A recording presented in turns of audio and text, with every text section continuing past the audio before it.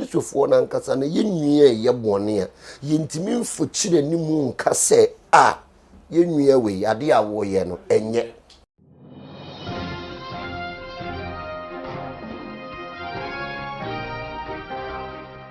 You order for mama kwa baba on my channel so I have man one on one na eba oman one on one na ye ne asofo atitirufo akunyinifo ana ehia wo aha enu nti enne me ne the warrior prophet Gideon Asiedu otutuja ono ana me ne no ehia wo ha wona se osofo pa adwuma bi ye na wasore ma ho ento wo mo na ensembe na ye de ebremo ensem ye de ebremo no osofo Jesus ahofe emse wakohye nkombi ama ensem bebre na de aba enu nti ye bebo awuram na yahwe ekwaya enkomhye ba obefa so ahye no na enkomhye kora eho ehia anase ho ehia enu nti gibre me genkrato me ba me ne odifo ana ebeba Sefa inchansen papa ya de bodan so padia enwane adable roofings and rust resist heat and afe enfedi so ni color bond material or de bodan so nti oma 25-year guarantee a ema wa rehemu sa wo pe adable roofings e wo enkrane ne mpatamu afo ni kire of ankobaria mo amu Kumase ene ne mpatamu nso momfo ani kire ehwa overseas junction adable roofings mo ye samenhia e wo dan boso ampa fre 0248 944 710 esa your WhatsApp number Fred Adabof nani wo mu ni edwa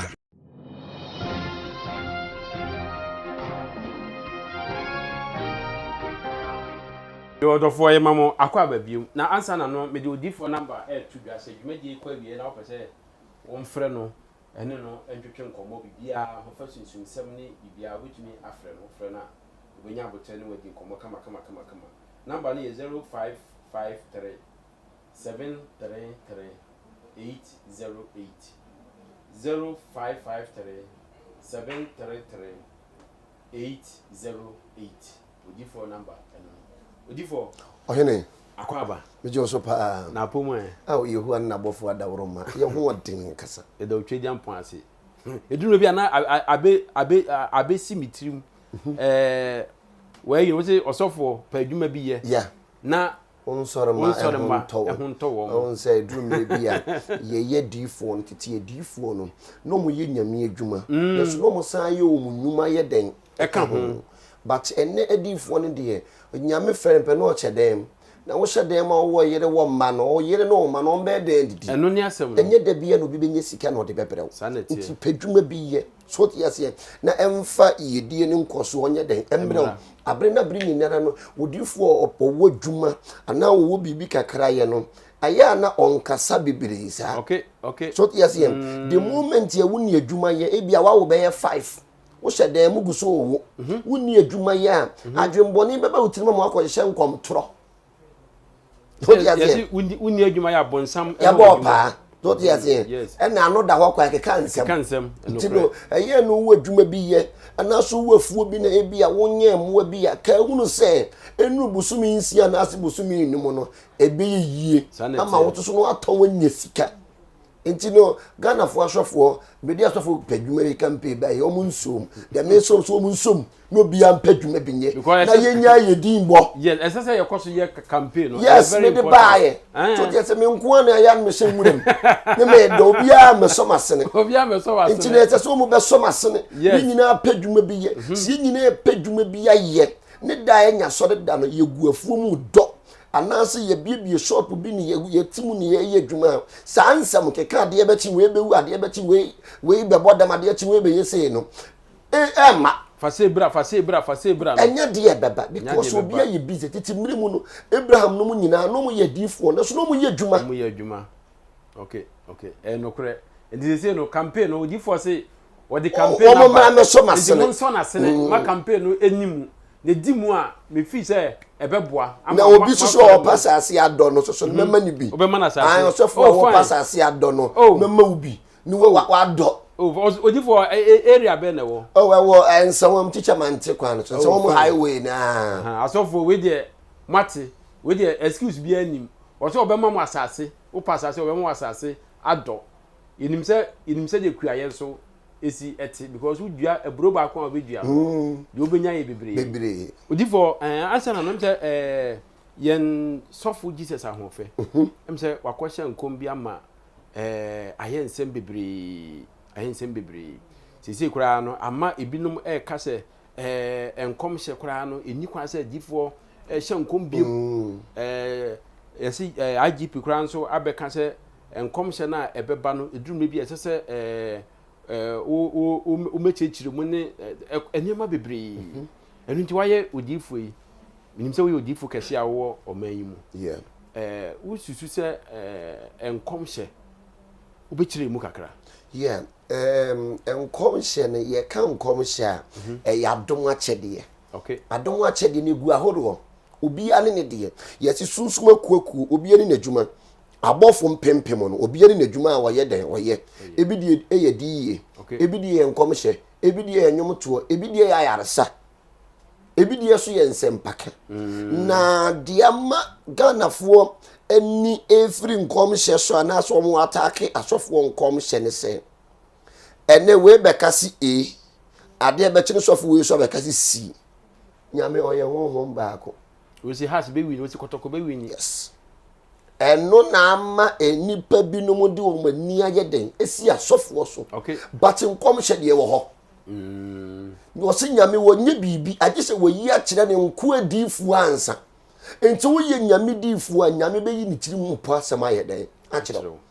ayese ai nanado ewo parliament si wonu obi betusu Ghana ho a woni ne nkorofo ntusu Ghana ho ansa ne kuroma na ayeden ati saa ni nyame mu yeden etie ba ayese enipa bebre de nkom hye ni di rough okay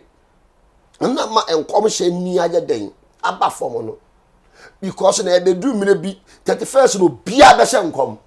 nyame oye nyame ebinum list omuko yi ba enya agoro nyame oye nyame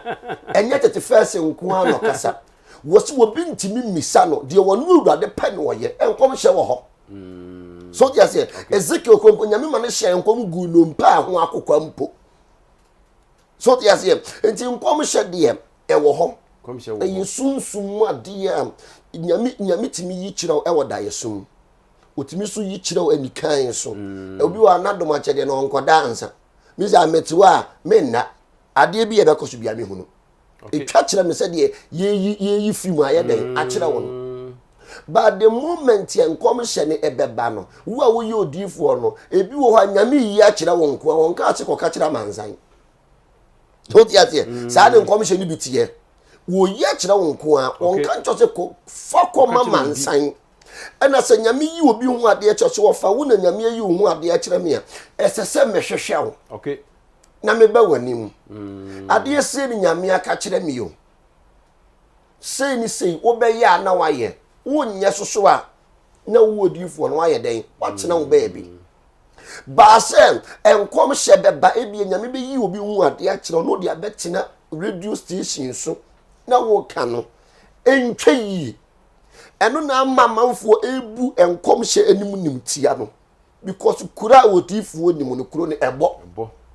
kura adifo nim no kuro ne sen kura adifo nim na bayifo gi atese wo kuro nim so ti ase enti ne enkom hye de wo ho na odifo ususu se ya na because anya usi chiremu wo de compare enne ekwaya sebe adifo no bi fa so ehye enkom a edie nti na abasa eye fame na eye fame ene obi wo ha ne ho ta no asofo no bebre wo ho ta wam mame ko ka bibi mi ngidin mame ko kreti ade na mi ngidin ba fansi wo ne ase kuro nim se ne to ne wo se okay wonu se wo kan de agi fame ba kristo so na wugu nanim ase ene wo bo wo sofo din wo Ghana ha na obi etumtesuo abenti ne sesa because asofo no bi niam a wo mo je no enye ene Yesu wa mpena wa ha ene mere kwa wale wa ha sei ni nyinara no entwe yi egu Kristo sumani ase yemfa nidie madie nidie yaden ese no se woni bibi kan kopaduma bi ye se nyame mfra wa no wa kira ho ase ba se ne okokase we bewu ade achi we bewu enye ma bebre wo man mu ha o onyema bebre wo man mu hanom a chese yenye difo no ye de ni to fom sanete ni e bom pa ye tia sa ne man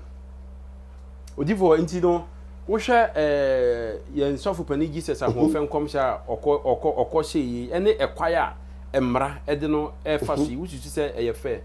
oh media de na me kan sem yes obi fum ekuma ye mfum nwa okay na wo mfa nche no anu se to be a presented for no so na wo mu interview wo no to be so mo ka ho eni ebodin na so so akobo no anya case media de meka che menua sofo no se uyo odifo nyame yi obi hu ade kire na wo person nipa ne tia ko nipa ne ho hwehwe ne number ba bi wo no ko ka kire no meka nkira mansan ba odifo complain no ni se dodo na kire se obi wo ha ohunu obi hu asem se okoka kire na obe bisa nipa number onya ana wo anya so na se ade no eya asembo ne se ebamu a wote ho a na se wo se nyame eyi ade bi kire wa fra ho ntoma so tiasem sa ne sunsum yeye enya yenye de obomofo ko nwura mu no ohunu na obeka wo enya de obomofo ko nwura mu wo hunu nyina na oba fie be yeden ebeka enche niam ni bi wo honom a ye meka ni public e bi a fresh mo tata wale nkrofo etie mi a me pa cho mi hia no na nyame de ne hu a yi bi ayeden amame simple bia nebusuafo bi kura beba nebusuafo bi ko beba so nyame de ne hu a yi bi ayeden amame e bia bibi ba besinti no me pa cho mi hia no simple as ABCD entinanka esesenka presenter no bono na ke ni kwase so ne nu kwase oka so tiase wo yo difu a enema bi wa yenka ne bedwam o yesa kokọ won tu bedwam adu ko de ne ho kote do difu su se ede pa na ma sofo no kan pene so kan no si presenter ne so push no ene bia ono so opedin so tiase obi wo ha sofo bi wa ni din akofom no opedin tinu abeka no agi ni din so tiase ni nemre mu de wo ka de a wo bedaji so tiase nemre mu no wo ka wo bedaji wo be ku kontromfi adware sasaduro de ka pro ba bitina ya enkaye ndi de IGP no wo fi se esese okoso ye oh die komse ni ade a wo sa wo hu komse ni de Ghana enima bebre da yeso so tiase Ghana ye wo ho no no enima bebre da yeso asase yetimi shisha ho nkomo ni empanyifo nani yeden eba so enye da bia na obi bewu enye da bia na obi bewu mi hunu da obi abekase mom ye nsore ne ahokyere aboga o manka na eni enye fast ne ye mompa yentia da bia ehia fo ndomu aye ehia fo so ye show mo nkom so tiase enye da bia na beche staff wo nkomo nyame woni staff wo ni twaka enye da bia na be show mo nkom so tiase ya busie ma hiafo gu ho asore de mo ho no mo no wonhya nipa bebre nkomu nwie ye bia ono nyame yi omu ho asem omo ne te wanim bompai ni nyame omo mo tete wanim no bompai ni nyame yi omo ho asem nkyero because ko bi wura ne ma nko yi so ti ase nteso bompai ni nyame yi niema bi wo wonso de ma ne ho yesi ye bodam firifie ansa ne wa wura odrot de tiesi abonten odifo ede na odi behunu se odifo we fake oh and the depend I just wo sunsun so tiase yesi dua na ba no na odi behunu dua akoro dua na ba no na adi behunu dua akoro ne niye wo nipa de niye wo bi wonom a wo beba nipa ma bedresse kama backdoor de wo ye no da no taifa me na wo ha me ne sofo bi patusa wona ne mpena ebia na ninu aba wo ni mpena so tiase me na mo ni patusa me ni mienu tatrata but who on social media and yema wo ye no wo be kase nyame free soro ba wona ne be ko first ya tu tipupu a no wo bi yedi ni ba bia ne ha printing asase wo hoyi na ho kwa enti for o se sa edi for be fake a wo mu abefra mu me ye sure say mu nyina ehamo because won say ha yi nyina because nyame dwuma na ye no so tiase ene wuduru baabi no ka so yosofo ana wo fere adenti na wo fere e wo de nipa binom eye e wo target ya target asofo binom a yeye nchenne no wo ka so nyame nipa o azanfo o mo kwapa dwuma bi nye aja amanfo sika nko an wo mo gye no wo mudi eno de me di padwuma bi ya campaign aba na se osofo bi ya kwapa dwuma bi nye wo wadwuma ya sa sere mamisa nko twala ibe mamisa nko yesi mamisa nko yesi no wonye to di for o pele so se IGP ye o ye no eye se obi ehye ewuo ho nkom public ni ade no eye se still a obi hye enkom ya won se sisi ya no se de wo man ni mu aye no ukohye obi ho nkom ni ade e chebe de hyata wale ye koye yen so ti ase na ade e chi no okowu a ye ba bechew won de wa no ye den ekokan ye se wanfa wano ankokan sinka ebia minua anasem minua peni Jesus ahofe fresh atawale no mabusuafo no ka kiro maka won se chatawale wonye saade no ye o di ate enka wonye saade no ye ye no so di ate enka wa ankoye ba wo ko gina public cars obewu no obi wa anti bom on pesofo asem de asofo bi de aye ni nti wo mpe asofo asem tu ko hye ne ho nkom obe create problem am akodaji yeah because no and the way be ade bechi Ghana nipa bonefo aba ukwocho bi nkom se ade bechi wo be wu ni obi kokuna wo osofo ne de abanka ba be gu wonsa ti me tu asofo ne mofo and the way be wu and the way be bodam and the way be yese Ghana ho kire wo ho ba ya de bia meka de ntie nipa asore tie ye mpanifo ne se sa toilet paper yi graphic ye ni twi ya tui enu na ama wo man ne enkoso no because no empenifuo ni image yeden ewum enti no aban toilet na wo mo de graphic etwitwu mu to no na ama wo man ne bo ane de nkwala akwampo mu empenifuo no there's a empenifuo no pictures the moment wo be picture ewu adiem a wo de be fa wo turu mu no kwase no wa bre na se no ntu no mu besi so a wo mu ntimi nya bibi papa bi ya mayen because da bia de wo fa ye to yes de bia ye do mo fa ye to ti ba ye den no man na koso so yes ye e bia daily guide for a publish na na do ho nsem ni picture dem ni ya te ni amoa mo ne ye twi ye to continue say bible kra no ye mfa nko gabi oso na sem ye sunsum onyame na sem ye oja enti na ese abaye bande sa aban toilet na ti uro nyen na graphic and still now no wo mu ni twi mo to no be hu kwahwe ba bi wi ni bi no ode amoa paper no ode akotwi ni tru e de no man na koso e be ne mpedifo maybe papa da bia de o mo fofa ye to nti ye mu wom odifo no krese adifo no bi e hye nkom se bia asemesi ebewu asemesi beto asemesi ono ankasa etumi ebom paye se asem no emrem so bi wo no ya wotimi bom paye se asem no emrem because I mama nanim agu ase okay to diate na nkom hye wo honom utimi hye ne nyame asesa na adwen to diate ya nyame ka che ezaya se wonye ne nsamansie no wo bewu na wo kɔ no wo bom paye se wurade wo se kai me se de manante wanim wo no ko papa yem ni nyame ka che wodi for sa ko ba ko che me di 15 years aka ni mfie ho enti nkom hye ne timi sese to bi wo no mo a wo ba hye ne nno na sesa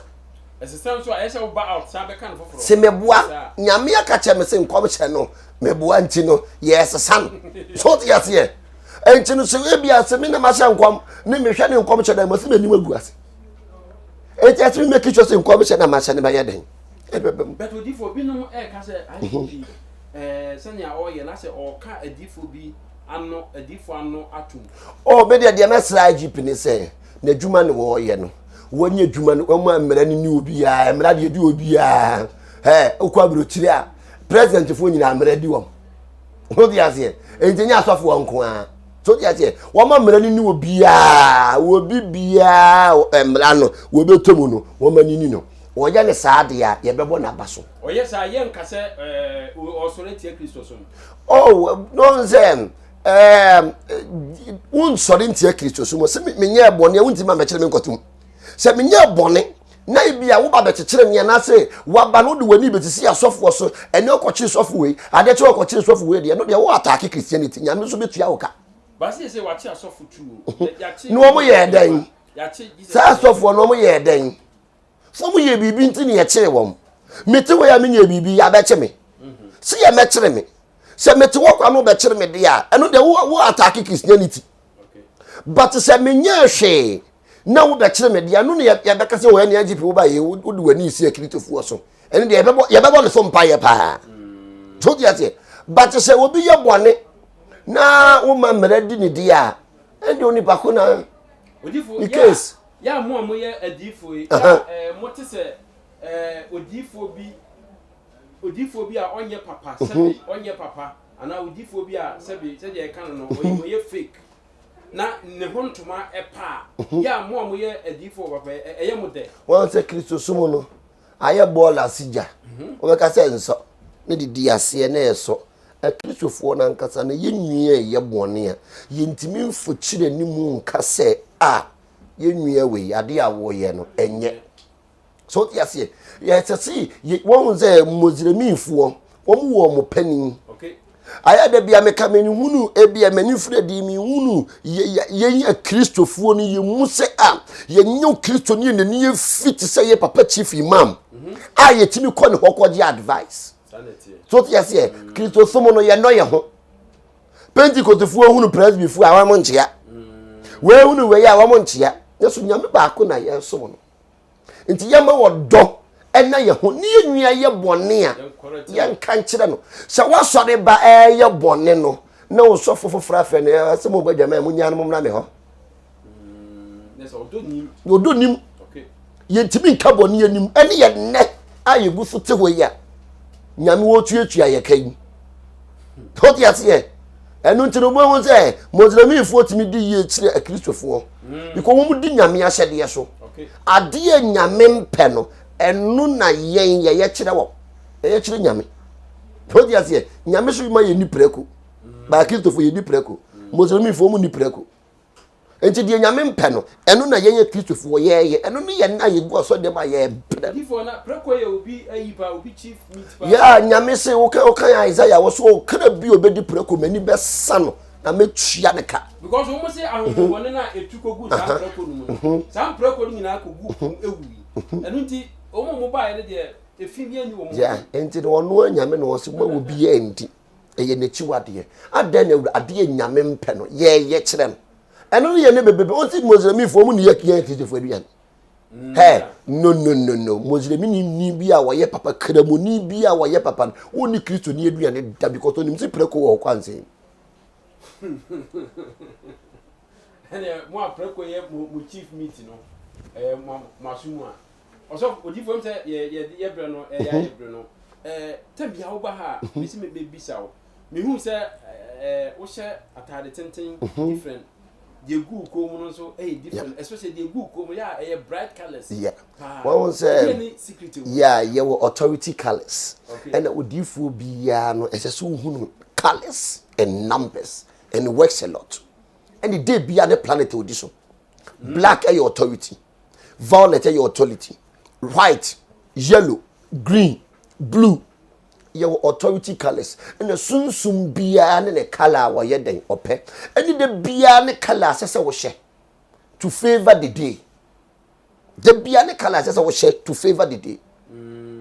Thursday a day of Jupiter, okay, a day of activity and to wo sunsum ne ma bia Thursday sese wo ye instead of yawoda titimne mo ne ye all night yawoda, okay, because a day of activity and a Friday and Friday a day of Venus and Venus stand for love and you know the bia ni day and day as so ye atade she me black Saturday and it's so black and not Saturday we ye bapa on Sunday we ye ma but if for and then Saturday is wash black yeah because you know me ba program me pie me di me sunsun atare pie enti ese me share authority color said me pia baby a me kono to me bi ntimi nkonka me na odifo atare bi wo ha de bi eni kwa se wo sha e de balak bro yeah e de balak bro betimi a shatale bi wu pie na obakonya accident betimi a shatale bi na ade bi ekita wa firi wonsa en favor day no so tiase eni hu kwan se wo sha sa atare no enti enkwanhie sisi ni ade ni nyina gina ye kale se ye hye so obi wa no de ntansane abesane on atade a wo sha favor day no e de ohawo ne bebrawo obi obe sha tale no akote ahwese birim wanti ase atade na wo sha na yi wahwefom en favor day no interview na wo kon so hunu color asase wo she ena ye bompa enye de bia ne sase wo bompa yo yes enye de bia ne sase wo bompa ye if on day be na esese ye bompa ye day esese ye bompa ye Friday Saturday ena Thursday eno no ye day asese ye bompa ebu a wo court case that's asese wo bompa ye Tuesday Wednesday because on a day of mercury e ya honhomoda so dia see ena obi wono mu a how bi da wo so amane bi da wo so obi ni wudi asie day asese wo bompa ye Saturday because a day of Saturn obi a wo yare day asese wo bompa ye Sunday because a Sunday owiada and sun obi a ye nyina yenim say sun hills and we get invited from sun and you know day asese wo bompa ye Sunday ye bompa ye wia okay Sunday ye bompa ye wia and a Monday a day of moon and Joe Michael ni ehwe Monday so and obi enim say moon cruise ye the Monday release this stress obi be a stress no how that was no Monday and asese wo bompa ye because a moon day nese me ti wa say ya say problem bia wo go ho problem bia e wo days any colors asese wo share any bia we spiritual person and can do asese wo use and colors works a lot nyame go with colors okay and numbers also yi nanso ne bo ade nyina ade to yi nanso no ba ade nyina if obetumi abo ade bi ho empire obetumi say wo bo ade bi ho ya atare ese wonti empire no enya dwuma ade ntini yenwanu muslim fo osana ne ye half ansa no ye fasting kwape mo say yemu ade ntia because best de subonte ne de ani wo mu na abofo ne be hono na kromofo akotoma konya yaresa ade ntia hanje onti yenwanu muslim fo omo hwe mante no no de aya akonchie okay ade abompa ye kwape mo say bosome ne be ye den ebe yemu so yes aya hweda ankranfo butu kuku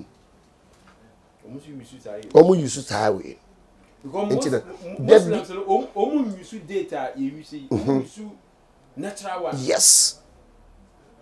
entina de ntene bosome ni yemu a ansa ne wo dimu ada kopem se bosome ni be pi ansa wo jai mu ada no wo sere ne ya papa mo kra no mu nipadua wo wie so o ma chene ya makitufo yi chimo tin yenuma de che okay eno so biye kwan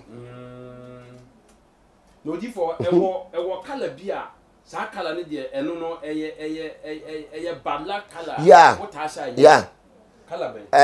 Wednesday is here we share pink here a black color and Wednesday is a mercury day but what my share pink other days oh bet my share pink other days you know so they say Saturday so you dark blue and black so they say dark blue and black into me yes Saturday born to favor the day and as the be a me ye no es me share dark blue and now black let me favor me na ni motimi dane ma me ba bia me ko bia me twam o de ye bre no e konso chere no na odi for say ye wo bi Sunday a ne krada no e watare he so yeah red and black red and white yeah to favor the day yeah enu ntini obia no e kire day a ye de wo e kire wo planet a wo firi so enu ntini wo ware a ye hwe wo planet no aware ye hwe planet ni po bebre nhwe so dia say obi wo no ma wo ye gya so ware nsuo na say odi for awade be ba so na oba no be ma na hyehyɛ wa normal yes one set it miremu no se ansa na ebegu oba veil no ne be ma enhu ne ho da yes but ene no mo be wi wo ho a be ye 10 years omo be wale na yegu ni veil it means ade no mie so da because ade no wo hu ni da yes o pe flower bi di tue wetiko o pe flower bi no de tue wetiko ne ehunu se ade no ko veil ni de veil ni chese unhu oba ne ho da ebu o ma we mo ho abe 10 years nto pe flower bia no de atue wati ko no de wo ba ne hu se ma we mo ho a tini ye be bom pa ye keke na ekira so yes o hwe anokra ka ho ni eno ka ho na waliguo bebrebe no no obe yinveli wo ba na wahu ne ho da wo di atura kire nyame ko be ebe den na wale ani mu no atwitwa de yere wonti ase ni nyina agina saa ne ma ne so ene efun bebrebe so de kwasore dem no eno ne ye bre ene ye hawo akisofo ye wiwi amwako na taa ye digu a ye ewufo so ma ye debi nyame o chiri fun eni ho kwanse ye di fun ye dan ewura sore dem wo so okra bi a wo di fun be wura sore dem saa okra ne ye kun ene ye pege fun a na de ye ne wedding tua so ukunu papa wani so titi miremu no se ye ko efun ase ba ye de nsuo gu ya awam ne ye de adwere gum ne ahwe ne ye de ahohoro ye ho ayi negative energy bia ye den afiri ye ho pata ne miremu no ye nye wo ko ofun ase be kotwa efun no no wiwi a fried rice egu ni bag no de aba ani edoko no no abe chama ne ma wo fie da ache wo ma benyi no mo bra no ma be bo obayi Ojifo ye bre na aso bet ma mimisa o ayiwe on say ye yi Shatawale ne nkrofo no omu ko straight to apum ya ya na wo beda prison once prison wo koma okoto it is spirit no oni pa bia wo be koto no ana ohoni ye na tumi bia be koto no wo hye nase eno nti no wo ko prison a okoto no anti wo waduro se de ya ye de abanka pa gu nsape na adwo yeah because o mu si prison mo de bibi sha mercury ho okay so yes yeah okoto enti spirit a wo prison ho no wakoto no enti obi bia ye be yiwe free prison aba no so pa haban madware anaso ko dware po po ho no oje papa ene bone nyina po ho no mo no enu mako ho munko dware sa mo be brase yes a right direction first krompo no ensawa bigu ana rashes bigu a ade a wo dware ye po enti po da ho no mo no yeyi papa gum ni asan afa animonyam to oje papa esan age boni nyina sa na po no na de ban ya den etie entom ko dware na ye writing pa me gi onipa ho kire onipa na wa ben onipa na kire o mo sa ade no o mo nam ho kwa o mu mienu no mo nam ho kwa enu nti no shata asofo no o nam ho kwa Shatawale o nam ho kwa nti no timi shata asofo no nso pra na ya ye chi ni wie no de ne ho ko ye hwe o nam ho kwa wonso ko de mu no o ba ye pe onuko dware po efini kekawa bi aka ne ho no akoye cleansing wo yi negative energy nyina wasan rise up Odifu ye wie no wo say IGP we ya wa bai wo de nyema ebe ma nyema asesa okuso anyi nyina ye mpaibo so ti ase si ebe bo mpai ama no no atimi etoto nyema wo Ghana ha ni ensamfo bebrebe na yekoso social media no efo aye den etwa na di yi aye den aba Odifu mpacho wo last word obe me last word a make kire o man channel atiefuo ni wiase afa na obi a wo tie me ne sem ewrade nhira ontutu anamo NCA ni me nua no masofo enkomihye ni bi wo ho no ma mumfra ho ntoma na yedin yese yedin nyede yedin wo hoyi enyede yada ni totobi yefiti kroti a ne nwansene etwa ye ho hia ti mesrem enkomihye ni bi wo ho no ma mumfra ho ntoma na yese IGP ya baidie okoka bibi ubedem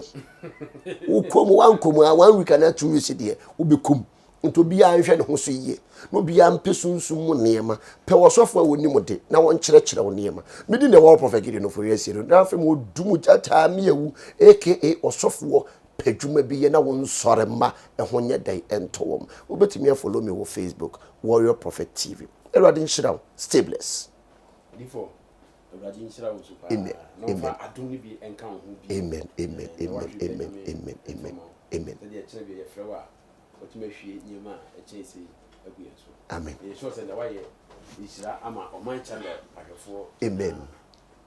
If you want to be for number no number is 0553 733 808 0553 733 808 Wofa Hana Eddie Medio, a cameraman, Stivo, Scanner. Therefore, the family would move for Dr. Engineer Pia. If you are simply for coming, say, and yet Danta and Danta, the Danta and the Sikabuano, can you not say, may I have a wager? A Nubuna and a Habine,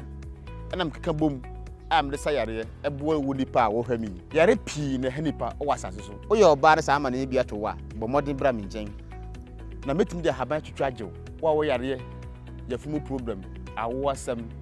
Obi obedano bibi no woda ene na me hye adu no wo sa problem no bia me tro challenge am ase tutu ni ka be hwe me kira kwan ta wo yare ye no problem bia tie bia no metuma boa wo ye de semina ene free ho a ya sa ye oil bia me no be mai se wo dware bia sa oil no de sra bia problem bia da so bia be sna ko wo wi safa na nyina ba bia wo bia metumi de aduro ma no meduro de tatahwe aduro na meton etibomode be hu me e bia wo de ye suma se asem person won frɛ me ananse wo mra me hu me direct na won me ntenase na wo hunu wo ka problem kyerɛ me na me domo sukɔ na me ka de asibia nkyerɛ wa enye den kura me mfa me number ma e bia na wan hunu ne ntem me number is 0547 495 466 0547 495 466 odi hu for Dr. Apia odi po ayare o ye tata she